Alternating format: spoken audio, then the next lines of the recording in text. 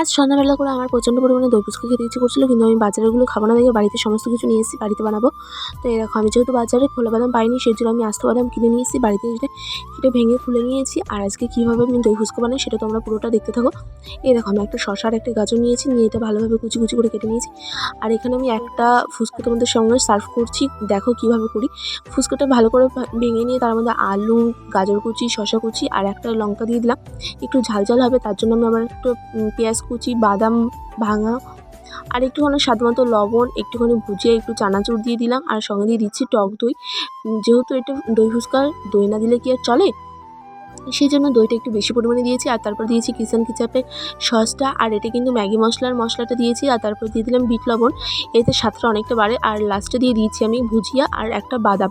এইভাবে কিন্তু আমি আমার আর ভাইয়ের জন্য 15টা করে দুটো থালায় বানিয়ে নিয়েছি। খুব অল্প খরচে হয়েছে। কেমন লাগলো এই ভিডিওটা তোমরা অবশ্যই কমেন্ট